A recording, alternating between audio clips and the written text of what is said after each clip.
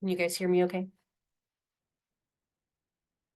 Great. We're going to give it probably one more minute. It just turned noon on our clock. So let's just make sure we allow that extra minute in case there's extra people.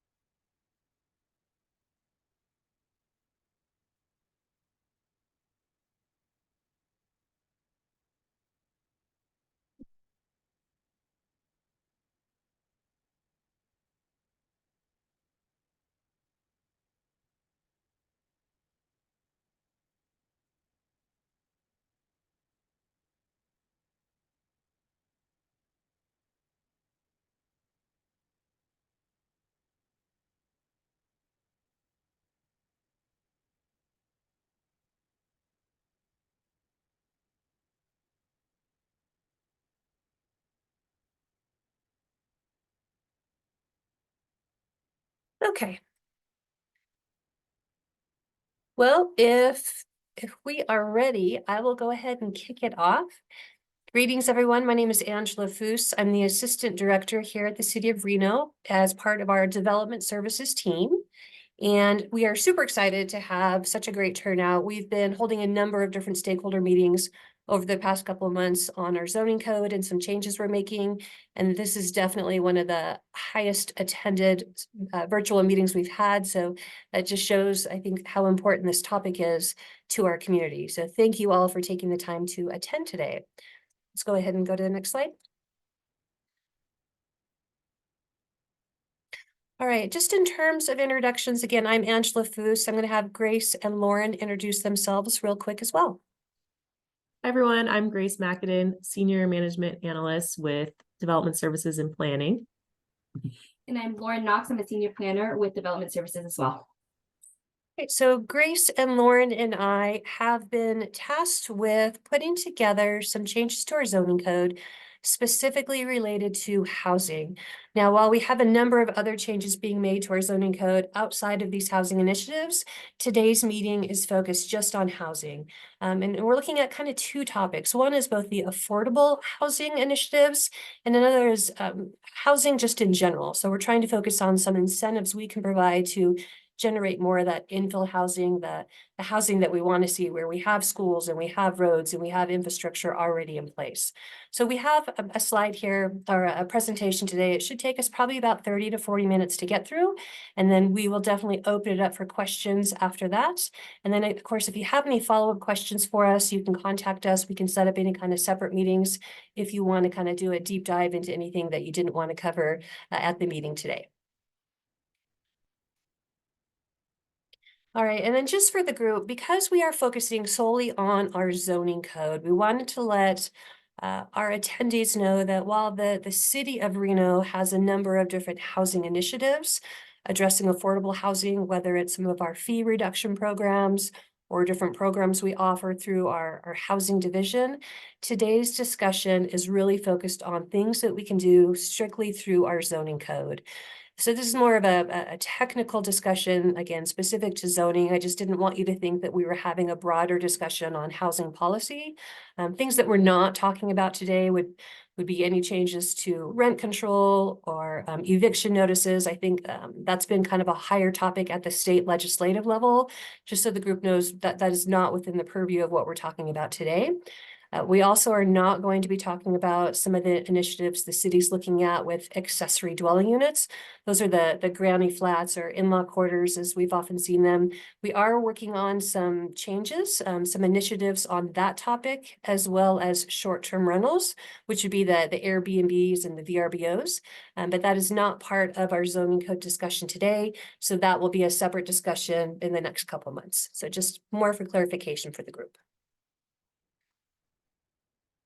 All right, so we have been, like I said, working on some changes to our zoning code related to housing. And there's been a couple things that really have started these discussions and kind of the impetus of why we're doing it now, as opposed to why we didn't do it 6 months ago, or why we're holding on, why we're not holding on for another 6 months. So one of the very bigger, broader issues is, as a nation, we really are dealing with a housing crisis. And this is not unique to Reno or the state of Nevada. This is something that jurisdictions across the country are really grappling with. And what can they do to help address some of these housing needs, whether it's the price of housing or the price of rents, or the lack of stock of housing. What can we do as local government to help ease some of that pain? The other big thing that really prompted us to move forward fairly quickly on this is Assembly Bill 213. We just had direction from our state assembly.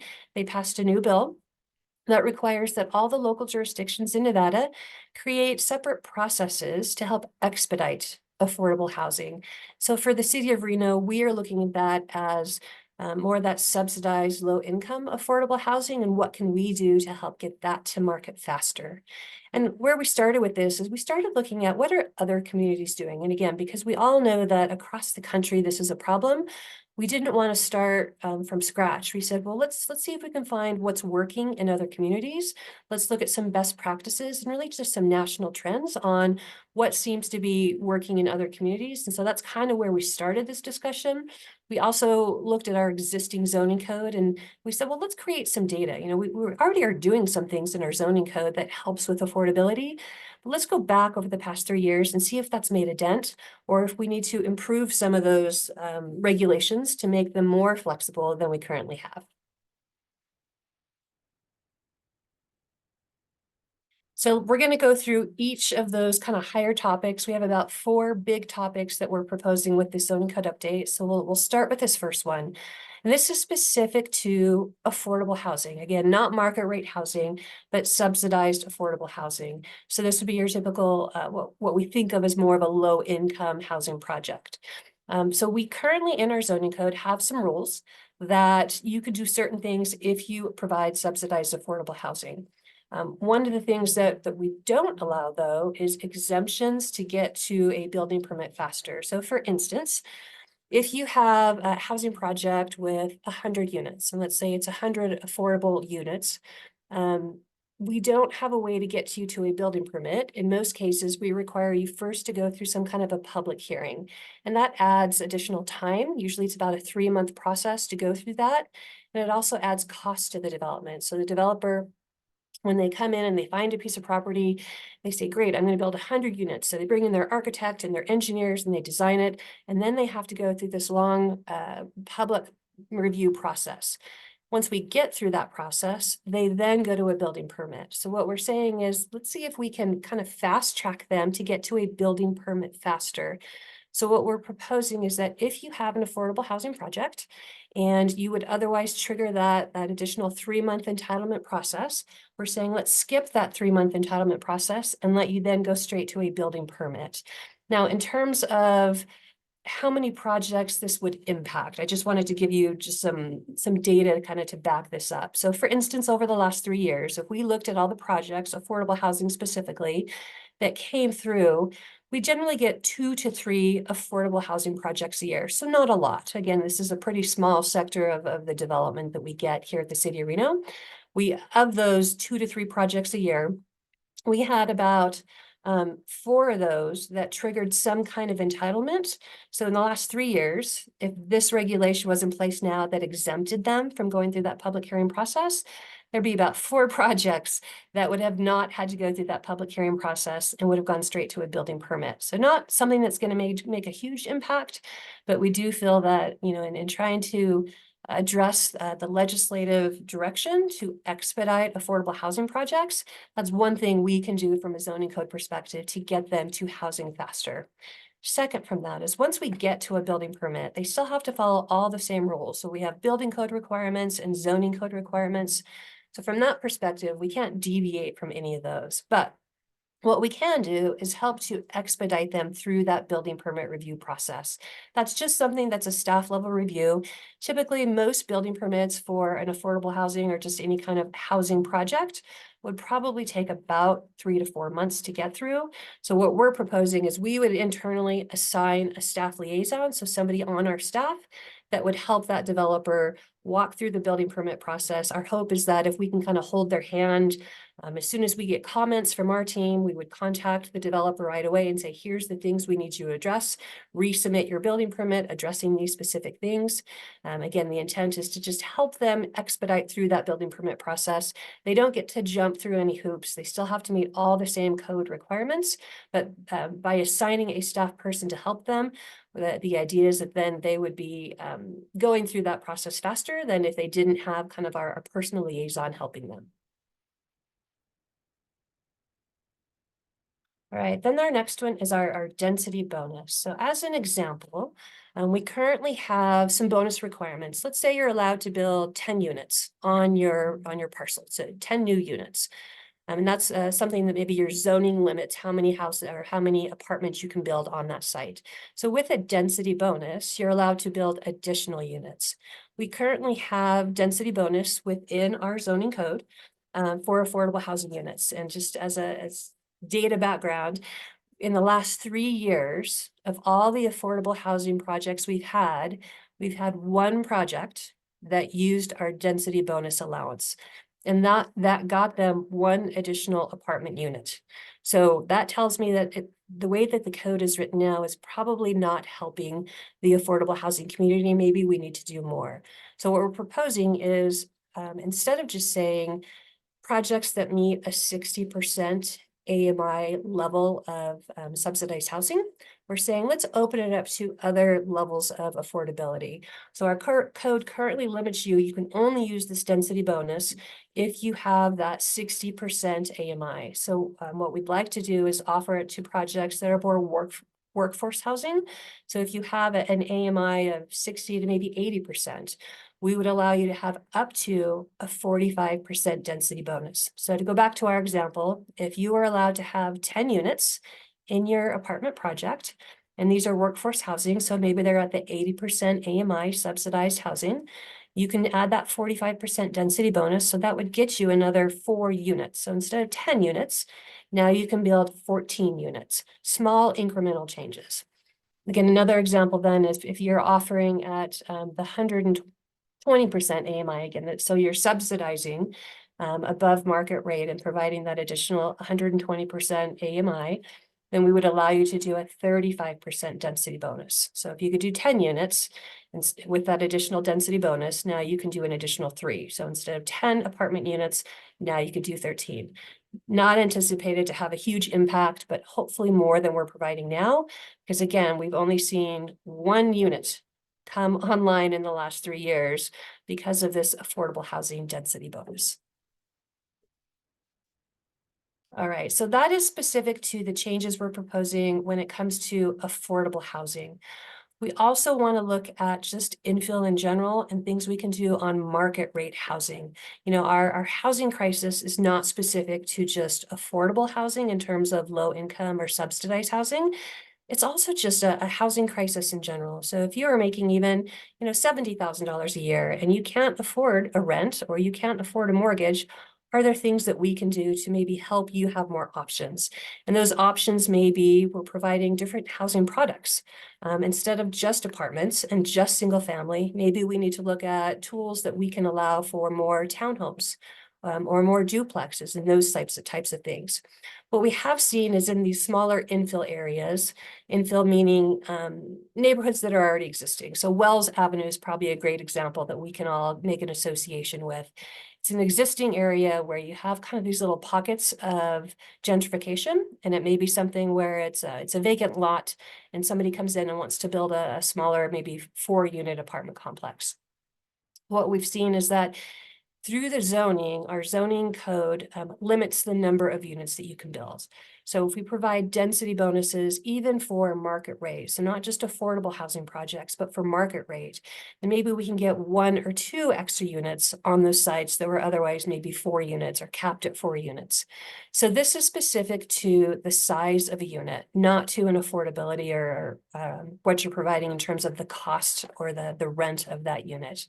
So we're looking at the square footage of just your average market rate apartment complex or number of units. And so here's kind of 3 examples of things that we're proposing. If you have a unit that's 1,000 square feet, we're proposing that you can add a density bonus of up to 80%. Our code already allows you to do a density bonus of up to 45%. So again, let's use an example of, let's say your cap based on your zoning on this new site is 10 units. Code currently allows you to do an additional 45% or 4 units. What we're proposing is to increase that density bonus from a 45% up to an 80% density bonus. So instead of 10 units, you would be able to add an additional 8 to get up to 18 units. One thing I just wanted to let people know is that that doesn't mean you don't have to meet the other requirements in terms of parking or landscaping or height. You still have to be able to fit all the required parking spaces and all the required landscaping on your site. So you're not getting an allowance to get you out of that. This really just encourages smaller units and more of them, as long as you can still meet all your other requirements. So this is, again, something that's already in our zoning code, but hasn't been something that's been very effective just in terms of data. In the last 3 years, we've had 12 projects that have used this density bonus allocation.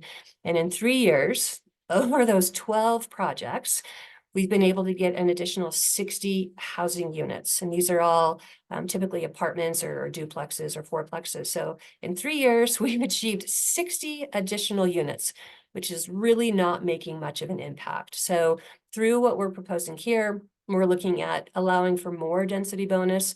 I don't anticipate that the world's going to go crazy and Reno development's going to explode. The fact that we've only had 60 units in 3 years tells me that we're doing a little bit, but we could probably do better. So again, based on the size of your unit, the smaller the unit, the more density bonus you would be able to get. We cap that at units that are 1,800 square foot in size. And so right now, if you're an 1,800 square foot unit, you can add 15% more units to that project. We're proposing to go from 15% up to 35%. Not a big impact, but again, these small changes will help big picture over time. And we do have a hand raised. Do you want to wait till the end for all questions? Let's go ahead and take that since it's maybe it's fresh in your mind, Josh. Right, you should be able to unmute and ask your question, Josh.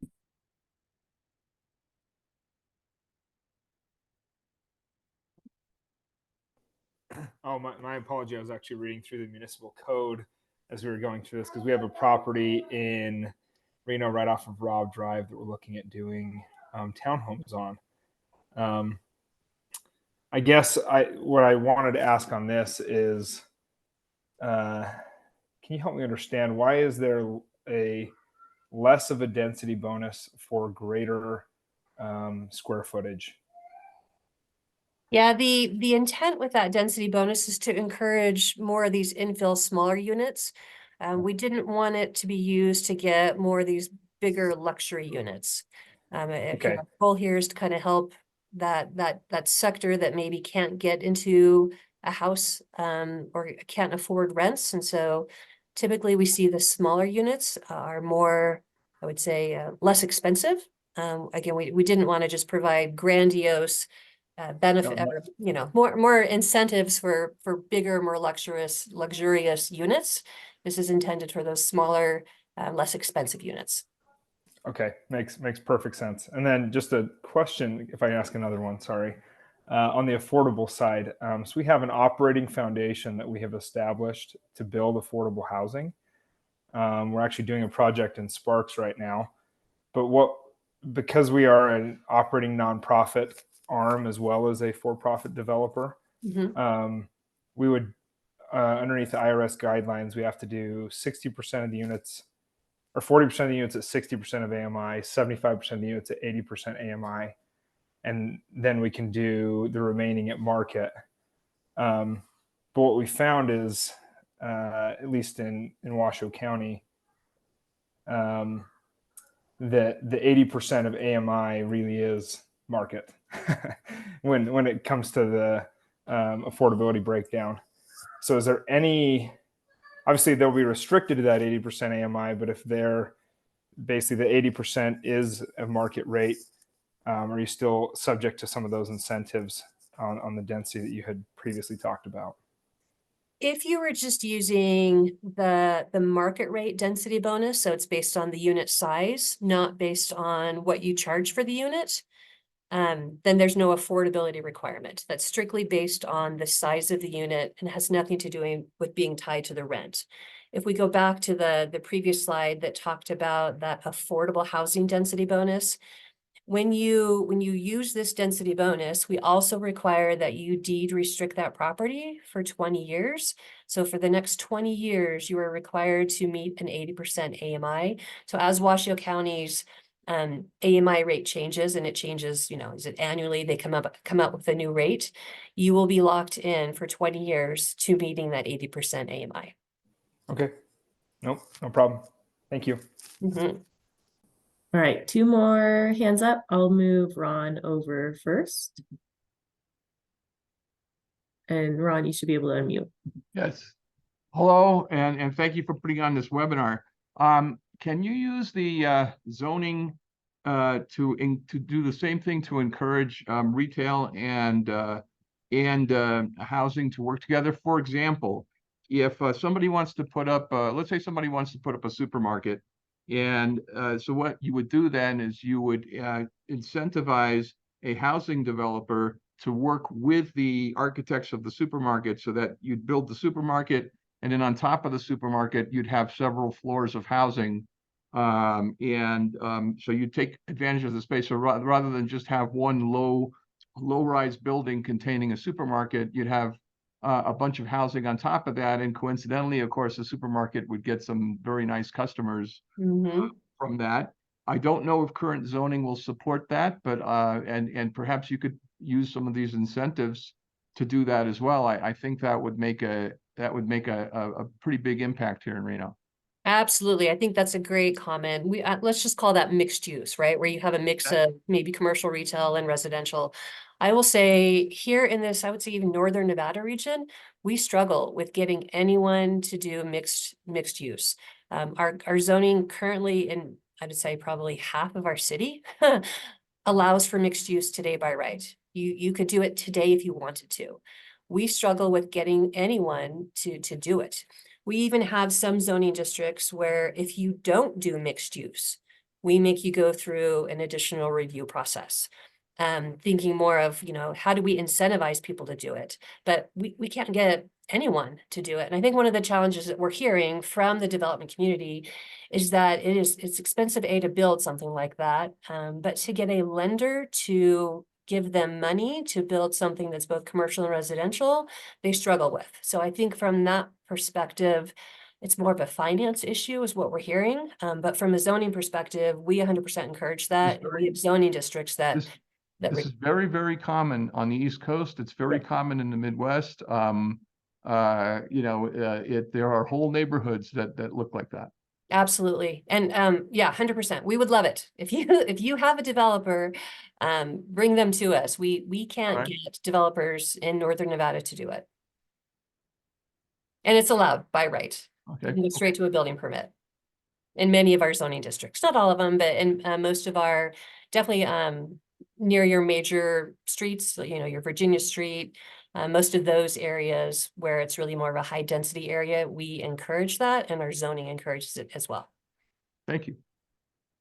All right, I'll move Bill over next. All right, Bill, you should be able to unmute. Okay. Thank you very much for doing this today and the next couple meetings that you guys have. Appreciated. My question has to do with AMI and how the city uses it. And maybe it's a very basic question. Everybody already understands it, but I see AMI often referred to as a family of four, and in Washoe County, I guess last year was 96 grand or something like that. So so when we're talking about AMI in the terms of affordable housing, can you give me some scope on what that means? Are we looking at it for a family of four or a single person? And what are some of those numbers? Just so that I can follow along a little bit better. And I appreciate it. Thank you. Yeah, no, that's a fair question. So we don't regulate that from a zoning perspective. That's just more of something that their HUD regulates, and so they set national standards, and it's based on the region you live in. So from a Washoe County perspective, they look at, is it a family of four? Is it a family of two? And then they have different rates of what's considered to be affordable. Again, just based on your kind of local demographic and cost of living. So off the top of my head, I couldn't tell you what a family of four, what's considered 60% AMI today. Let me get back to you on that, because that's a fair question. I just don't have that in front of me now. But something that we just refer to whatever the HUD guideline is. And again, it changes year to year based on just the cost of living Okay, so and a number of other things. okay, so I understand that, you know, the number changes annually and it should, right? But I guess the other half of the question is, are we always looking at a family of four, particularly when we're talking about 1,000 or 800 square foot units? So when developers are looking at it, it's like, hey, should I build a bunch of studios or should I build a bunch of 3 bedrooms? So how does Reno look at that in terms of, does it qualify? Yeah, so they would have to prove to us, the developer, when they come in, they have to prove up how they are subsidizing their affordability. And again, we do make them deed restrict. And I will say, generally speaking, 2 to 3 projects per year is what we get. And it's typically the same group of developers. There's probably, I don't know, 5 to 7 big affordable housing developers that develop in Northern Nevada. So they apply for very similar funding sources, whether it's through the home consortium or through the state. There's a number of different funding sources. So they all kind of do the math on that. They're the affordable housing experts. What we Gotcha. find too is we look to them to tell us what the demand is. We see a lot of senior affordable housing, so it's specific to seniors. We see a lot of veteran affordable housing. That's kind of been more of a niche that we've seen in the last couple of years, but also with the family affordable housing. So we don't typically see a lot of studios come in for affordable housing. Most of them are 1 and 2 bedrooms. And we let the market dictate that. We here at the city don't get involved in kind of the demand on that. No, I appreciate it. Thank you, Angela. Mhm. All right, I'm gonna move Kyle over.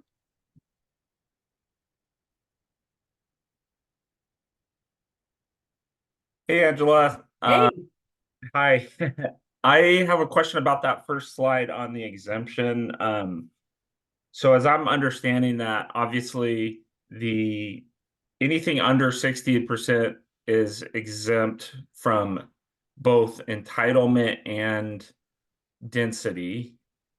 And then does that exemption, that's assuming that the multifamily, so to speak, assuming it's a multifamily project, that is allowed in the zone. So it still has to be allowed in the zoning district, right? Exactly. Yep. No, that's a great question. So on that public hearing process, so step number 1 is you have to have the right zoning to allow for apartments. Step number 2 is you have to meet all of your setbacks and your parking requirements and your landscape requirements. Our zoning code has additional entitlement requirements or additional public hearing requirements based on things like, if there's more than 20 units, we require an entitlement. Or if there's more than 100 units, we require another entitlement. So this gets you out of going through that entitlement, whether it's a minor conditional use permit or a major conditional use permit, but that doesn't mean you don't have to meet your zoning requirements. Thank you. Mm-hmm. All right, looks like we can move on. Okay, so then next up is in terms of again, kind of helping to expedite housing, whether it's affordable or market rate.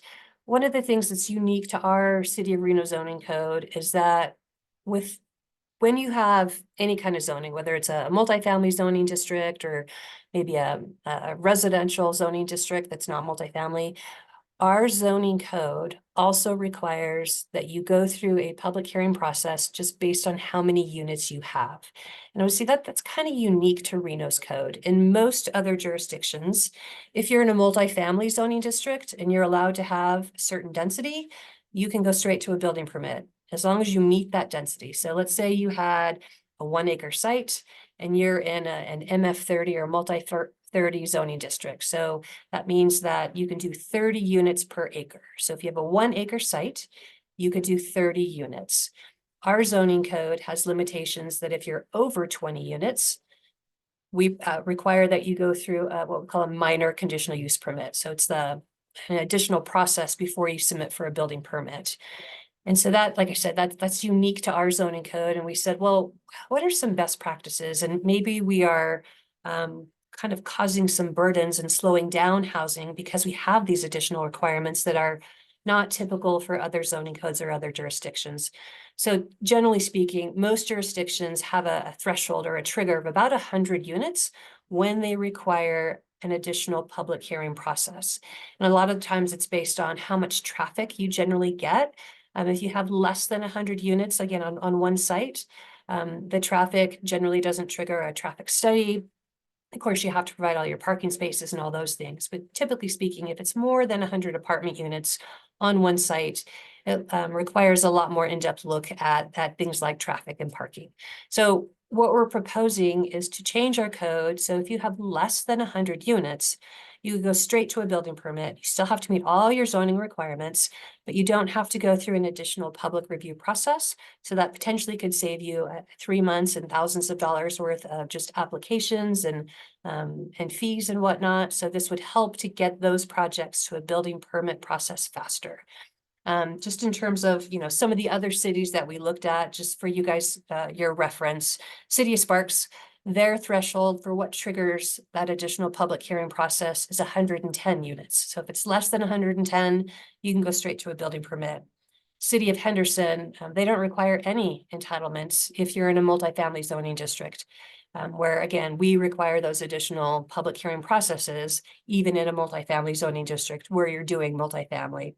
Fernley, they use a similar standard. Anything less than 100 units can go straight to a building permit, does not require a public review process. Similar with City of North Las Vegas, we also looked at places like Spokane, Washington, Salem, Oregon. Again, cities on the West Coast that are kind of similar to Reno in terms of size. They're not huge, but they're also not small communities. So just looking more broadly, we said, 100 units seems to be a threshold that most communities use to say if you're less than that, then you should be able to go straight to a building permit process. Okay, and then finally, our last kind of big initiative here has to do with what we call missing middle. You've probably heard this phrase a lot just when you watch the news, and this is kind of a buzz term right now, is what is missing middle? What we find is there's not a whole lot of options for housing in between apartments and single family. If you think of it like this, spectrum of housing. What about all the other types of housing? So maybe you don't want to live in an apartment project where you have people above you and below you. Maybe you don't want to live in a single family house, or maybe you can't afford a single family house. There's lots of options in the middle, whether you're a millennial and you don't want to deal with a yard, or you're more on the senior citizen side where you don't want to deal with a yard and a big house. What are some other options for those of us that want something in between that? So there's things like duplexes or triplexes or fourplexes. There's townhomes and there's condos. So those are the types of things that when you think of missing middle, it's something that's not an apartment project and not a single family home. So we looked at City of Reno zoning code. Our current zoning code allows duplex and triplex and fourplex in a couple different single family zoning districts. But we said, what if we expanded that? So we have 2 other zoning districts where we currently don't allow duplex, triplex, and fourplex. And we said, well, let's allow those, an option to allow those in those zoning districts, but through a conditional use permit process. And we kind of looked at it as, in these single family zoning districts, we don't want to change the character of a neighborhood too much, but again, we're trying to increase density and increase housing options. And so we said, if you're within those zoning districts, that SF3 or that SF5, we would allow a conditional use permit approval to get you to putting in a duplex, triplex, or fourplex. You still have to meet parking requirements. You still have to have a certain size to be able to fit all that. And just for reference to that SF3 and SF5, that is associated if you have a lot, a single family lot, that is either a 9,000 square foot lot or a 15,000 square foot lot. That is, almost a quarter acre. So these are fairly good sized lots. These are not tiny lots. So if we're going to see a quarter size lot, that makes sense to have a fourplex. We provided some photos there at the bottom just to give you an idea of, what is a kind of a cool, good looking duplex look like. I think a lot of people think, oh, duplex, I don't want that in my neighborhood. But there are great projects out there where people have designed really good looking buildings to fit into single family neighborhoods without making them feel like, it's too dense or there's too much infill in an area that's otherwise all single family.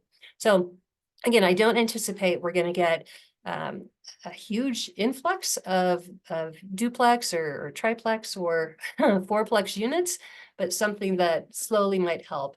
In terms of, how many duplex or triplex or fourplex does the city of Reno get? Just looking at last 3 years, in the last 3 years, we've only had 26 duplex projects come forward. So 26 duplexes in 3 years, pretty small kind of margin of our housing product. Triplex, I think we've had about 14 triplex units come forward. And then fourplex, those 4 units attached to each other, we've had about 10 come through in the last 3 years. So even with this, again, we're just allowing them in 2 more zoning districts, but still with the conditional use permit, which requires a public hearing. I don't anticipate we're going to see a ton more coming in, but the more we can do to provide flexibility for the development community, especially in these smaller little pocket neighborhoods, then I think the better off we are at providing options for just housing in general. All right, so with that, again, those are kind of the 4 high-level changes we're proposing with our zoning code. In terms of next steps, we are holding 3 virtual meetings. So this is meeting number 1. We have 2 more meetings planned. One is tomorrow, Thursday. Another one is next Tuesday. We'll provide the same information. We just wanted to provide different days and different times in case you are working and maybe you're doing this for your job or you're personally interested. So if you or your neighbors or your friends want to participate, we have 2 more meetings set before we go anywhere with this. We are collecting feedback. So if you like it, great. If you don't, tell us why. If you have other options, please, please, please tell us things that we can do. Again, we're trying to come up with something that addresses that SB or AB 213. So, when the legislature mandates that local jurisdictions do something to expedite affordable housing, we need to be able to do something and have something adopted by July 1st. So we have 6 months, 6 months basically to try and get something through. So we'll be holding these virtual meetings, collecting your feedback. We will be going to the Reno Planning Commission for their input on February 7th. And they are a recommending body to our city council. So then we'll be taking this same information to our city council sometime between March and April of this year. All right, so a couple opportunities for you to provide feedback. We do have a website page set up on the City of Reno zoning website.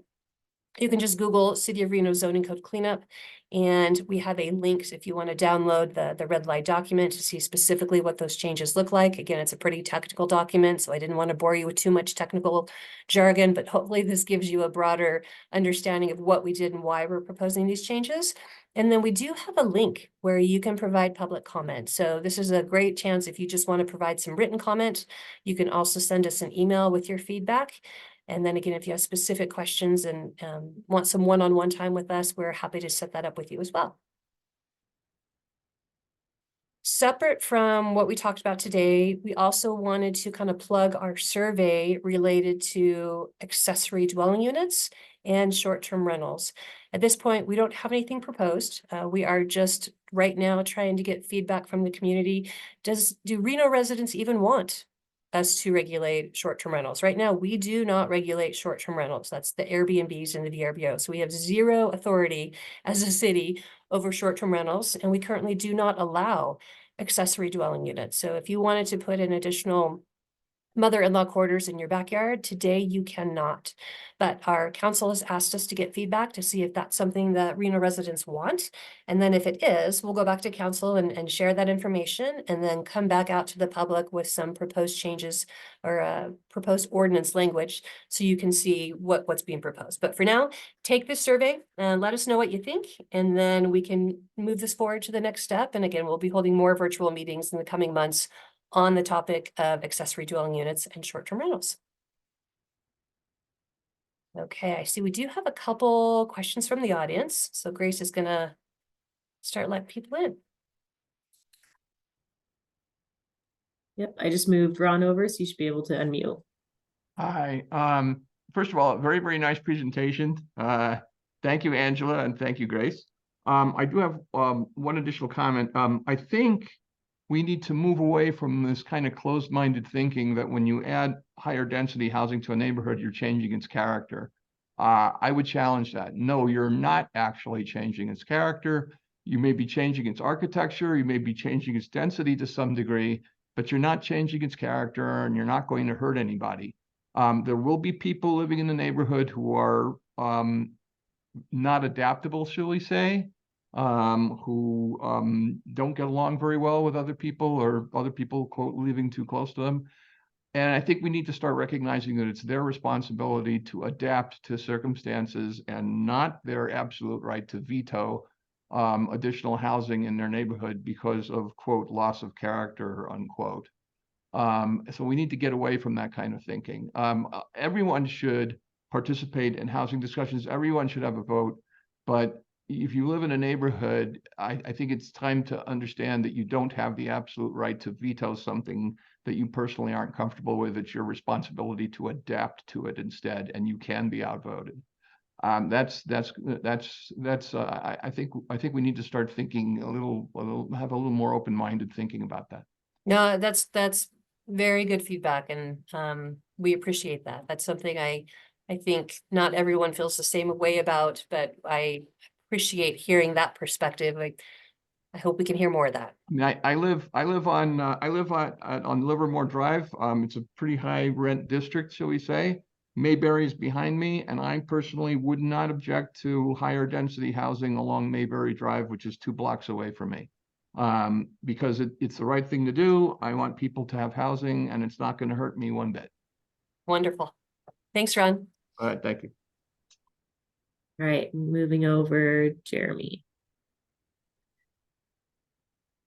Hi, good afternoon. My name is Jeremy Hayes. I'm the economist for the Nevada Housing Division. I did want to touch base with you all, and I'm sure that we'll end up doing this offline as well. Looking at the requirements of AB 213 and things like that, we just had kind of an initial roundtable meeting to discuss that.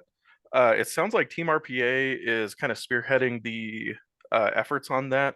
I was just wondering, is your office aware of that? I don't believe we had a participant from the city of Reno at that meeting. Yeah, go ahead, Grace or Lauren. Yeah, Grace and I both attended with Team RPA. We have been very well in the loop on that particular piece, and we have started coming up with actually the template for the state for reporting purposes. So yes, we're very much in the loop on that one. Oh, phenomenal. Excellent. I'm sure that we'll be working very closely on that in the very near future.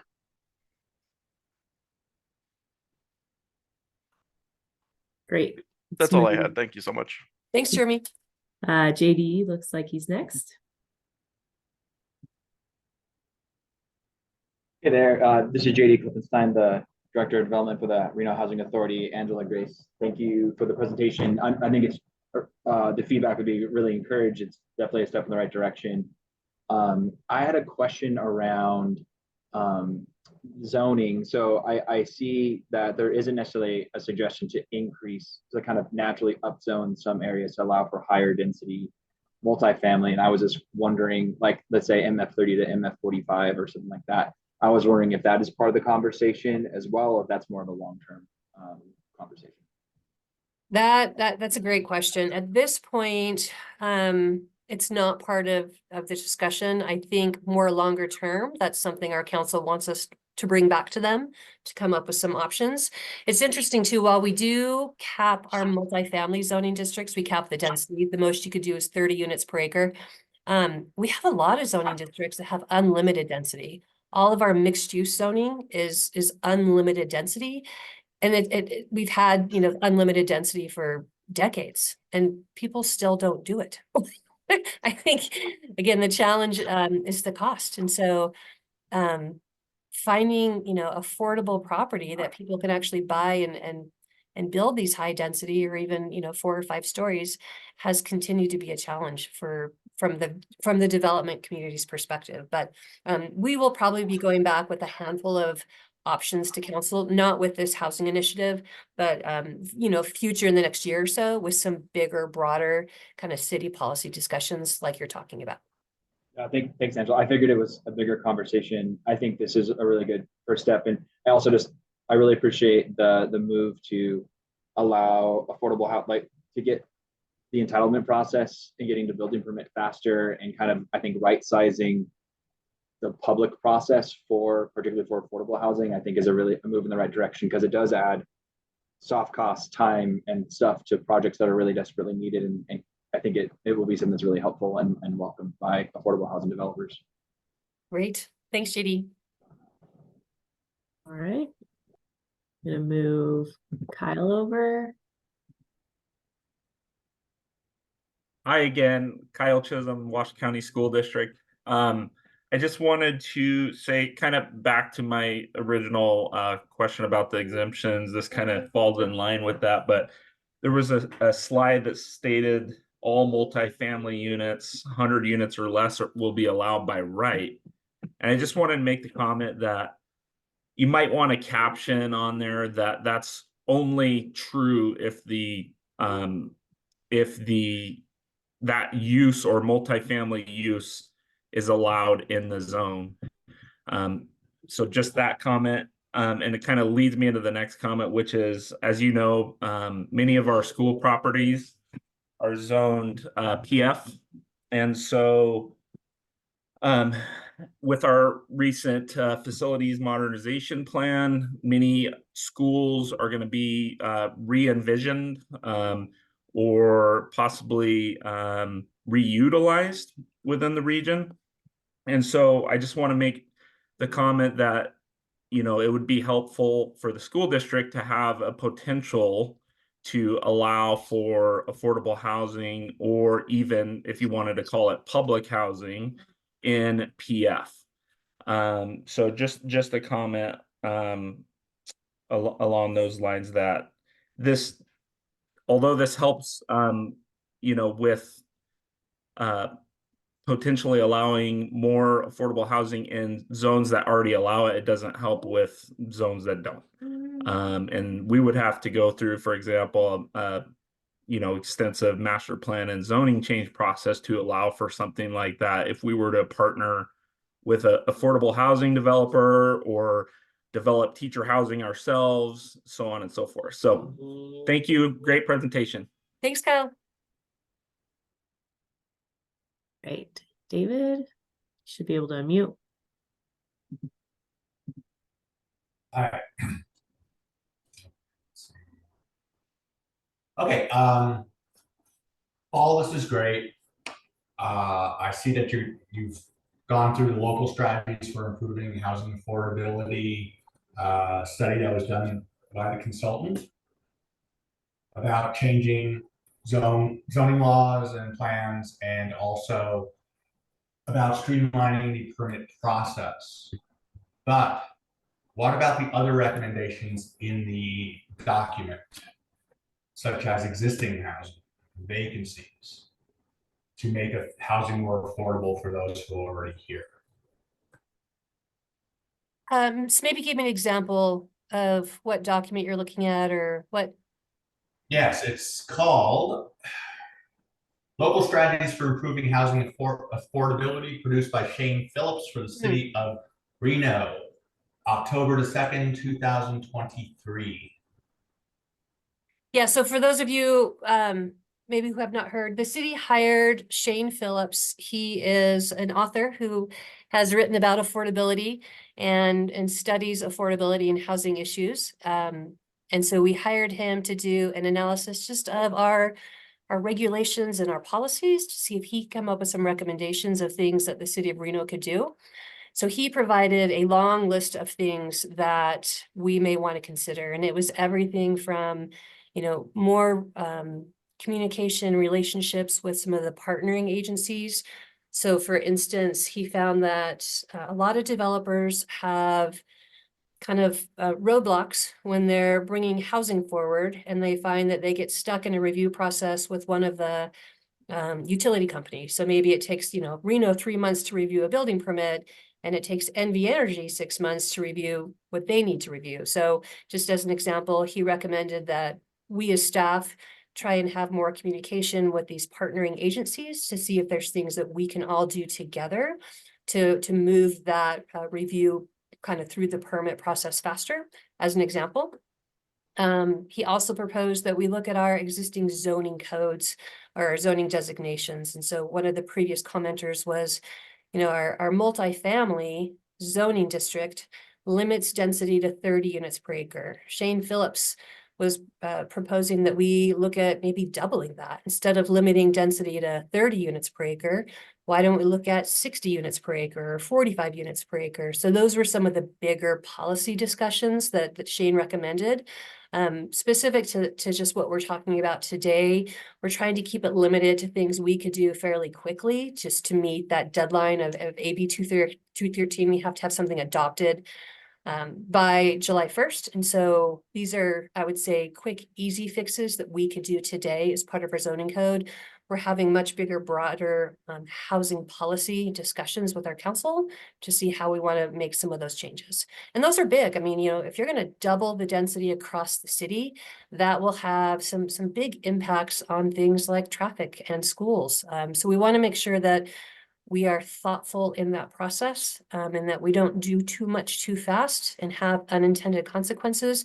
So we're trying to kind of roll these out and making sure that we have the data to back it to say, are we going to do something that's too far too much? Or does the city have the infrastructure to support some of these changes? Hopefully, David, did that answer your question? We Not haven't exactly. There's in the study on page 43, it talks about long-term vacancies between 1,000 and 3,000 units, and what can be done to force the owners of those units to make them non-vacant. So I'm going to pull up that study, maybe get a little bit more specific. Just on page 5. Page 43. 43. 43.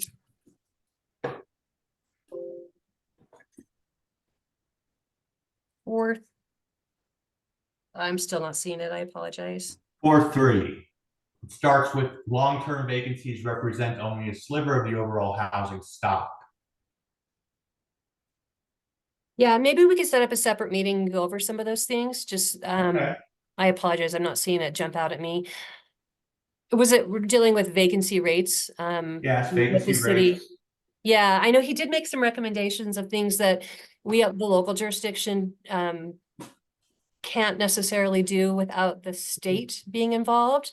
And so Okay. when it comes to like rent control, that's something we need to have probably a discussion with more of our state legislative level, not so much at a local level. Okay, thank you. All right. Looks like William is next. Go ahead, William. Hi, thank you so much. Thank you all for this presentation. It's really, really helpful. This is not my area of expertise, so I wanted to ask a couple of things. One is, could you just recap briefly what the 4 big ideas are? And also, just a more generalized question. You know, if you go to pretty much any city the size of Reno, you'll notice a lot of tower cranes, you know, so they're building up. Is there some reason that's not happening here? And I know that's not a policy question, but I'm curious, and you know, I'm here with all of you experts, so I thought I'd exploit that. Thanks. No, absolutely. We ask ourselves the same question. We you know, here at the city of Reno, we do our best to try and allow development within our infill areas, specifically our downtown areas. It's basically sky's the limit. If you want to build in downtown Reno, if you want to build 30 stories in downtown Reno, you can do that today and go straight to a building permit. It's just not happening. And it historically has not happened. You know, how many new buildings have we seen in downtown Reno in the last 20 years? Not many. We have the ballpark apartments across from the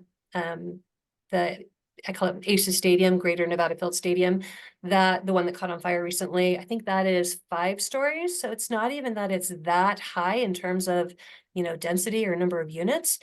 The feedback we keep getting from the development community, and this isn't recent, this is, you know, since the Great Recession, is that everyone says, it's really tough to find property in downtown Reno that's for sale. We have a lot of developers or property owners that aren't willing to sell at, I would say, a reasonable rate. It's also very expensive to do high rise. And so we get a lot of complaints from the development community if they just can't make it pencil. I think in a lot of these bigger cities, let's take Nashville. Like if you've been to Nashville in the last year, there are so many cranes. That place is booming. It is a hub of young people and middle-aged and, you know, retirees. It is a great big city of great things happening. And we say, why can't we get that? But we also have a challenge of, you know, what can we charge in rents? So a lot of these big expensive projects are saying, yes, they can build it, but they can't charge the rents because there's no one in Reno willing to pay those rents to live in downtown Reno. So I think it's really a broader discussion of, you know, how do we make Reno better? How do we make downtown better? How do we make people comfortable, you know, living and working and walking in downtown Reno at night, so that they want to live here and are willing to pay expensive rents or expensive mortgages for these, you know, units to be able to do it. But it's economics. I mean, talk to any big developer and it's fascinating to me. You know, they all kind of tell us the same thing. It's just it's cost and demand, or supply and demand, and the ability to build things at a price that people are willing to pay in rents is tough. And could you Uh-huh. I'm sorry, I was just gonna say, could you recap the 4 big ideas that they kind of bled together for me, so I'm hoping you Yes. could clarify. Yes. Okay. So specific to affordable housing. So this is low income, you know, subsidized housing.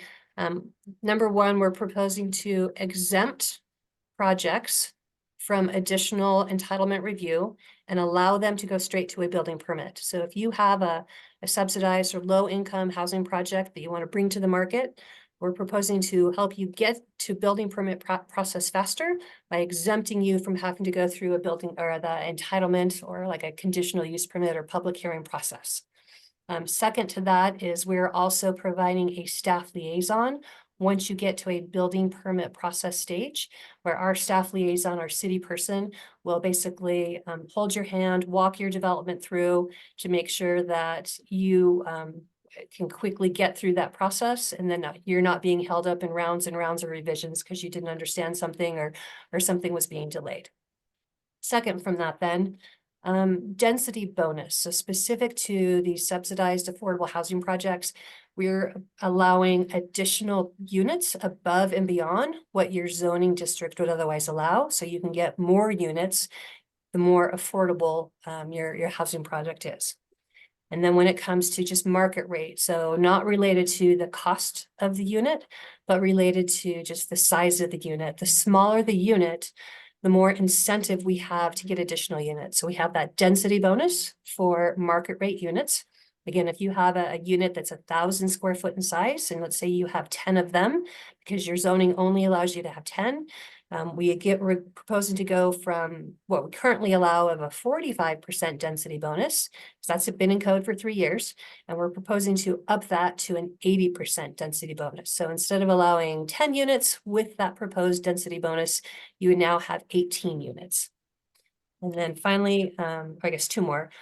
The allow development more by right. So if you have 100 units or less, we're proposing to allow you to go to a building permit and not have to go through a public hearing process. Our zoning code currently limits what units or what types of projects based on the size of the units or the number of units, which ones are required to go through a public hearing process versus go straight to a building permit process. So if you're less than 100 units, then you can go straight to a building permit and don't have to go through that additional public review process. And then finally, that missing middle. That is everything from the duplex, the triplex, the fourplex, something that's not apartments and something that's not single family, kind of that mixed or that middle housing product. We're proposing to allow it in 2 additional single family zoning districts where we don't currently allow them today. You still would have to go through a conditional use permit, so we can look at them on a case-by-case basis to make sure, again, it fits and is appropriate.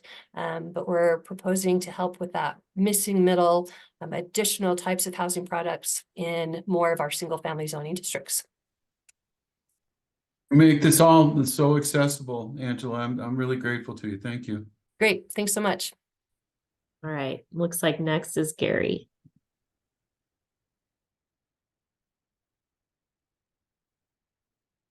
Good afternoon, Angela.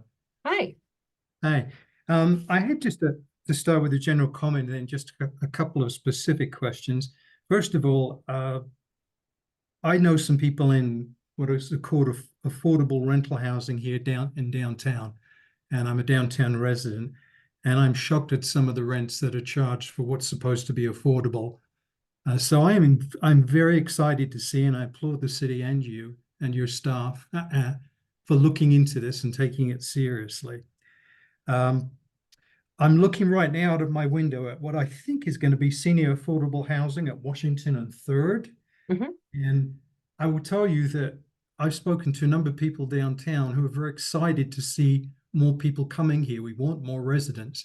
So when that opens, we do plan to make some introductions to the folks there, the seniors, and try to get them involved in community events and things downtown. So we are all many people are in favor of that. I am very much in favor.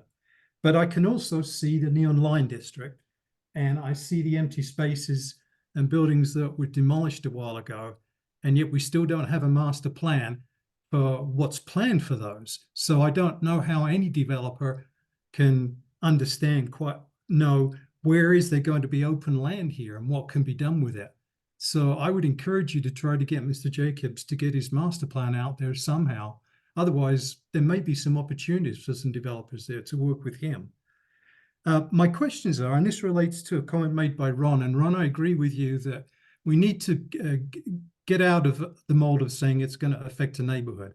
I would tell you downtown, there's so much that needs to be done and could be done, that there's a lot of people who are very open-minded about what we'd like to see down here.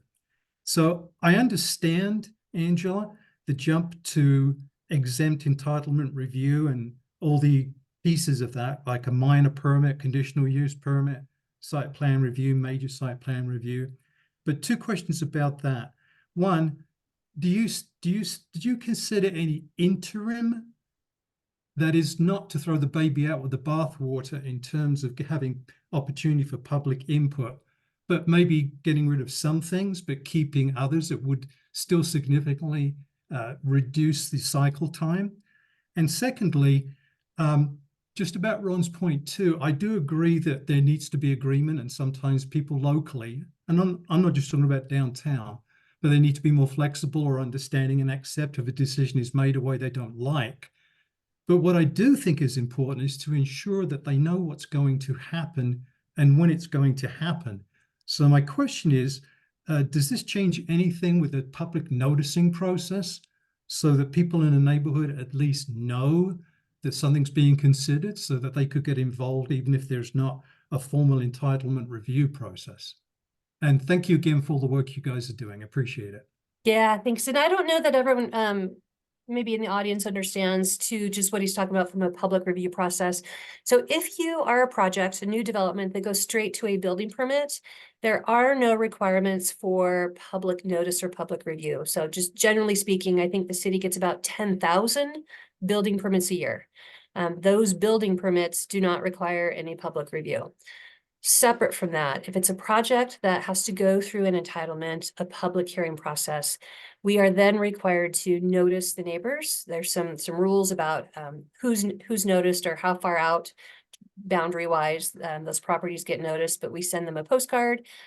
We also have to post these big yellow signs anytime there's a public hearing. So from what Gary's talking about, if you go straight to a building permit, or if your project goes straight to a building permit, there is no public notice. So the neighbors don't know about it. One day there's just development starting next door to them. We're not going to change that process. That's not changing. I think what Gary's asking is on some of these that we're proposing to say, like, if it's more than 100 units, yes, you would still go through that public hearing process. On the projects we're proposing less than 100 units, those we're proposing, instead of going through a public review process, would go straight to a building permit. So that would eliminate the public review from those projects. And I will tell you one of the reasons that we're proposing that is anytime there's a public review process, it's time because you have to do, an additional review process. So it's a good 3 months to get through that. It's money because the applicant has to pay fees to apply. They also have to pay fees to their design team to submit the application. There's architects and engineers and landscape architects involved in that. So that's an additional cost. So time, money, and then uncertainty. That's a big one, I will say, that we get a lot of pushback on. If you have a project, you've designed it, you go through a public hearing process, you meet all the zoning requirements and the building requirements, but that public outreach process provides the ability for the public to comment. And a lot of times, that public comment is welcomed and it's good feedback and the developer is able to make changes. But what we're hearing too is that uncertainty because you don't know what the public input's going to be. And be honest, we have some neighborhoods where they just don't want development. So that makes it incredibly tough because of the uncertainty of if you have a neighborhood who doesn't want that duplex or doesn't want that new affordable housing project in their neighborhood, the uncertainty then is you may meet all the zoning code and building code requirements, but it could be denied. The planning commissioner, the city council could deny it. So you just spent all this time and this money and the uncertainty of not knowing if that project's going to be approved, even though it meets all the zoning requirements. That's a big, huge cost to developers. And so that's something that we keep hearing over and over is time, money, and uncertainty. And especially when it comes to affordable housing, I think sometimes people hear low income or subsidized housing, and it's a buzzword that they're afraid of, and they don't know what that means. And they feel it's going to, deteriorate the look of their neighborhood. And it's tough to have to go back and, educate communities and neighborhoods that no, that's not the case. But we still have this, this stamina of, affordable housing. We don't want those people in our neighborhood. So, in an intent to help make sure we get more affordable housing and taking out the uncertainty of, is this project going to get approved or not? These are some things that we're proposing to do to just, again, help bring affordable housing faster to market and to give them that certainty. As long as you meet all the requirements, again, from a zoning code and a building code perspective, we encourage you to do it. So these are the things that we're trying to propose. So Gary, I guess it's probably not the answer that you wanted to hear. No, we're not proposing to make any changes to the public review process. If it's a building permit, there's no requirement for the neighbors to let you know or let the developer know to have the developer tell the neighbors what's being built. And I know that's not always liked by the neighborhood, but again, 10,000 building permits a year is what we review. So that would be a lot of public notice to have the neighbors involved in every building permit process. Did that cover it, Gary? Yes, but I would appreciate further discussion with you, Angela. I think you're misunderstanding some of the things I'm saying, but I don't want to hold this up for everybody else. Okay. I understand what you're saying, but I don't think you're quite where I'm at. So maybe you and Art and I can get together and talk further. Okay. Thank you so much.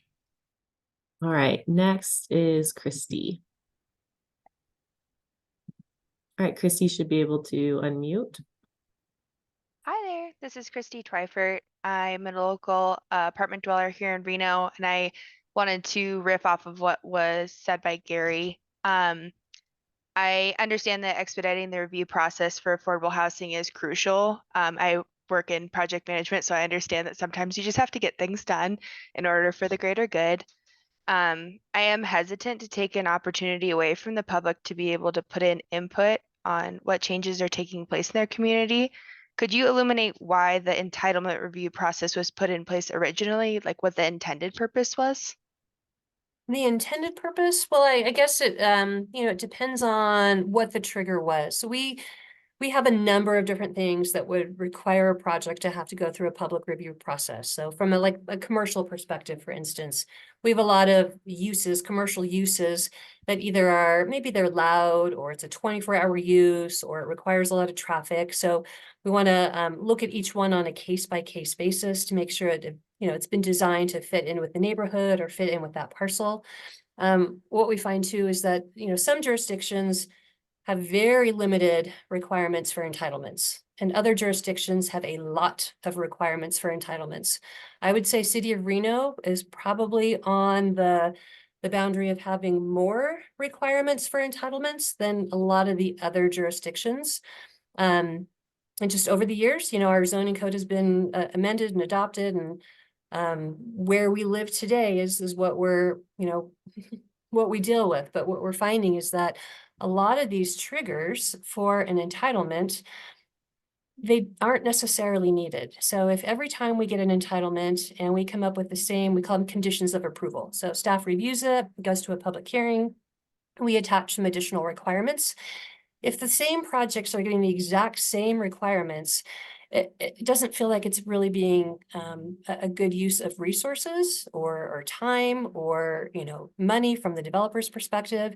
If the outcome is the same, we keep giving them the same conditions of approval. So when it's things like that, instead of just looking at each project on a case-by-case basis and coming up with a copy and paste of the same conditions of approval, we can put those conditions into our zoning code and say, let's make those requirements standard for every project like that one. That's a pretty high level response, but just generally speaking, if our review and our response is the same over and over again, it's not really special anymore, right? So it could be that we just need to have better standards in our zoning code, so those issues are addressed to help kind of mitigate whether it's a noise issue or traffic issue. But again, what we looked at is what are other jurisdictions doing when it comes to multifamily or apartment projects? And from a more global, bigger picture perspective, we are unique in that we require more than 20 units to go through a certain level of extra review. It's more than 100 units, and it's a full-on 3-month public hearing process. So if it's less than 100, looking at all of our sister cities around us, we're special and unique in that we require so much more than other projects or other cities require. We said, I feel like that's a barrier to development in Reno. And if we're trying to help housing and help get housing to market faster, then that's one really simple, easy thing we can do. If it's more than 100 units, we said, yep, still go through that public hearing process, but less than 100, again, typical with what our other communities around us require. We said, just put in some requirements in the zoning code that protect the neighbors, right? Things that we look at would be parking and trees and buffering between uses. And how do we make sure that a 5-story building doesn't get built next to a 1-story building? We want to make sure that those kinds of things are being mitigated to help address that neighborhood and community feel. But we can do that with our zoning code standards. We don't have to require a public hearing for every project that comes through that's multifamily. It's becoming a barrier to development. So that's one small, easy thing we can do when it comes to housing. Awesome. Thank you so much. I appreciate your expansion on that. All right, next, it looks like Bill. Go ahead, Bill. Hello. So, Angela, I really like your comment that you just said, hey, if we're copying and pasting the same thing on every conditional use permit, then it's not special anymore. Right. That's a really good way to look at it. That makes a lot of sense. Just for edification, I did find the HUD resource, my question before. A one person in family, 80% AMI is 55 grand, 400. So that means somebody has to make $26 an hour to hit that 80% number. Great. So that's what it is right now, according to HUD. And so that kind of ties into, and I also want to echo some of the other comments about neighborhood character and trying to help people be more welcoming to change, I guess, would be a nice way to say it. As an immediate tactical thing to maybe help you check some boxes with AB 213, and that is requirements, and perhaps consider relaxing some of those for units that hit some AMI numbers. I've really only watched one or two projects go through the whole process through the Ward 1 NAB. And the parking, the guy was just like, you got to be kidding me. I do this all over the country, and the parking here, the parking numbers here are nuts, is what he was telling me. So if we are going to encourage infill, you know, we have to decide as a city, are we going to prioritize space for vehicles or space for people, and people who might otherwise take a bus or have one car in a family of four instead of 2 or 3 cars in a family of 4 if they're living, you know, call it in the McCarran Loop or something like that. I don't know. But something that maybe is parking on the radar for you and reducing some of those? Is that Yeah, that's a great question. We do already have reduced parking for affordable housing. So pretty much every affordable housing project that comes through, they definitely have a different parking need than an average multifamily apartment project. So our zoning code already allows for reduced parking if you provide affordable housing. Oh, okay, good. Yeah. Good. Glad to hear that. Yeah, because the ones I did were not, or pay attention to, were not affordable. I hope you empower, or we empower the staff liaison to help folks with RTC or NV Energy or whoever else may be required for whatever review process. Certainly they can help within Reno, but if we can help them with other agencies to hopefully empower that person to do that. And the small multifamily stuff, that's near and dear to my heart, the duplex, triplex, quad. The zoning, it looks like there's only one code that allows it. It's the SF11, is that right? And you're talking about expanding that? So for single family, we do allow duplex, triplex, fourplex in our multifamily zoning districts, but specific to single family zoning districts, we currently allow, I'm just looking at my cheat sheet here, a duplex and a fourplex and a triplex. We allow them in one existing single family zoning district, and that's by right. You can go straight to a building permit. So we're proposing to expand that to 2 additional single family zoning districts, but with a conditional use permit or public review process. Yeah, I think that is certainly a step in the right direction.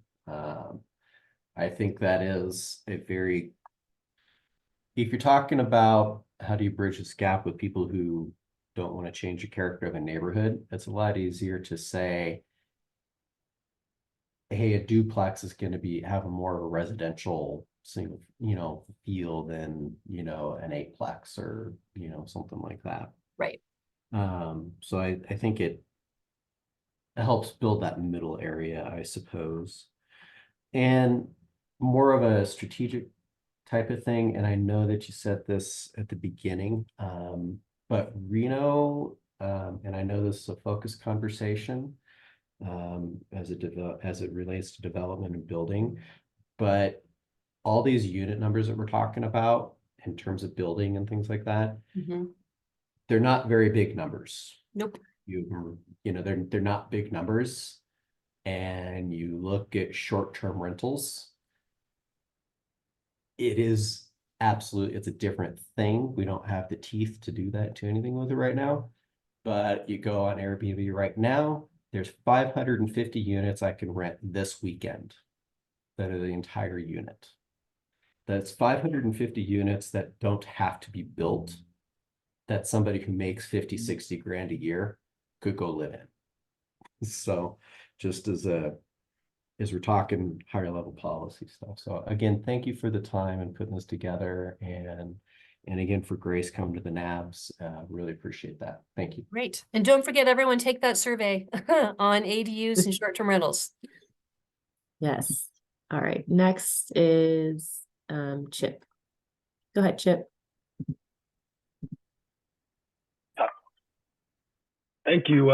Thanks for putting this on. Been great information and have been following along. I'm the executive director for Silver Sage Manor, and we're a affordable developer of housing for low and very low income seniors. And Angela, I was really excited to hear you use that word certainty, because in addition to the time and money, the clearance of entitlements process, as well as more certainty surrounding allowed density. The other thing that does it assists in the process of securing funding and investors. Investors more than probably anyone don't like uncertainty. So that added level of certainty is of great benefit. The other thing, it even goes back to the land. With the projects we develop, they are, approximately 40 unit projects, and finding land is a huge challenge, and knowing at the level of the land search, the certainty that you're going to be able to build X number of units with the density bonuses, and that is not a process that you have to go through and get approved for, as well as, let's assume you're in multifamily 30, you're going to get that density bonus, that you're going to be able to build. So that adds a great deal. Right from the very beginning, you're not going to need to redesign or change, all adding costs. And then the other thing I would just add that, and I don't know, how the presentation is or what's most valuable, but I would also note that, while it is a small number of projects and units that come into the market from the truly affordable housing developers, because there's a limit in funding. And when you look at the use of the existing bonuses, I don't want it to be undervalued that does make a huge difference, in particular for the projects that we do. Every source of funding, every source of break, results in the ability to build more units. And I would say I think it's kind of hidden, but we're looking at, because of limitations in funding, needing to do phases or phased projects. And so we are utilizing the existing density bonuses, and maximizing it at the existing 45% for our unit makeup. When you look at the planned phase 1 and phase 2 of a project. So, when you look at a project, when you look at the project that we're doing 40 units and it's on 1 3/4 acre, it's not looking like we're utilizing the density bonus. But when we're planning to do a second phase and go to 73 units on that same 1.7 acres, we are, in our planning, in our structuring, in our funding, we are maximizing the existing density bonus. So the growth of that bonus, if we can find a way to make it work on a given site, is very much appreciated and critical for especially the projects serving the very low income population. Yeah, no, I appreciate you speaking. For someone who actually does affordable housing development, I think that's really good input for the group to hear. Is, again, while we think these are small changes, these are huge things that you guys have to think up, way in advance of your project, and funding and certainty is definitely one of the big ones I know you guys struggle with. If it's tough to get a loan on something that you may or may not get approved for, or you may or may not get those 10 additional density bonus units. So the more we can do to give you that upfront, I think the better off our affordable housing development community is going to be. Yeah, thank you. And I would I'll real quickly, and then I'll be quiet, but add that, we're a nonprofit with this being our mission. And the other thing is on that land front, we're oftentimes needing to purchase land, and we're doing that you know, again, the higher level of certainty that we're actually going to be able to utilize that land for our purpose is very valuable. You know, we're not a land banking group. We're trying to acquire land so that we can build a high quality, affordable senior housing project. So anything that clears the pathway and makes us more comfortable and more certain that in fact eventually we'll be able to do that is very valuable. Great. Thanks, Chip. Yep. Thank you again for the presentation. All right, last is Jim. Go ahead, Jim.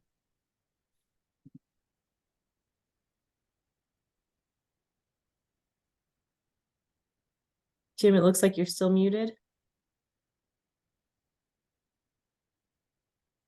There it is. Okay. No, thanks. I think one of the unique opportunities that the city has right now that's coming up with this discussion is going to be something that's actually going to come out of the building codes. You know, the International Building Code, currently we all work under the 2018. The 2024 codes are starting to come out. City of Reno, all the Northern Nevada, you know, municipalities are going to start doing the reviews and adoptions of things. But currently right now in the International Building Code, the definition of a high rise is an occupied floor above 70 feet. And we all know that unfortunately, because of the MGM fire in Las Vegas and all the standards and things that came out of that, Nevada chose to adopt 55 feet. And you're saying, okay, well, what's 15 feet? Well, in a lot of these buildings and the densities and the discussions that we're having about the cost of construction, that could be one or two more stories on top of a building. And so when you look around our valley, it's like, there's a reason why everything is in that missing middle, that there's just not this height. And so now we have this opportunity as everybody's doing their review and their adoptions of the building codes. You know, that, like I said, the 24 is going under review. Everybody's looking at it right now, is to go ahead and match back up to what 49 other states have for a high-rise definition is, you know, the 70 feet. And, you know, it's a big difference in construction costs.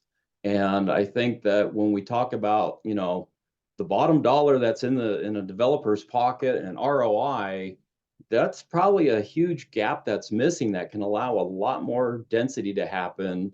And we're not pressing on anything that's outrageous, outlandish, you know, you're unique. It's just like, well, no, we're just following what 49 other states do. And so I think that's something to have a good, serious talk. And it's a very brief window. I think you probably have about the next 6 months to kind of get through that and how that goes through before things start to get adopted.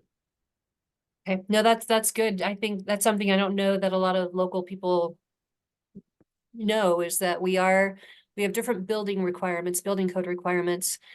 For buildings taller than 55 feet, that makes it a lot more expensive to build. And so that's also kind of a barrier to real, you know, high density development in this town. Yeah. Thanks, Jim. Okay, and I think that is all we are showing for raised hands. So again, thank you to everyone for spending your lunch and the additional hour on top of that. We appreciate you guys. Timing wise, please provide any public feedback you have. Go to that link on our city website where you can provide public comment, or feel free to email any three of us and we'll include that information. Next steps, again, Planning Commission will be February 7th. We will get their feedback, and then ultimately we plan to be in front of City Council in March and April with hopefully something that we can adopt and implement as soon as possible. So thank you, everyone, and we look forward to hearing from you.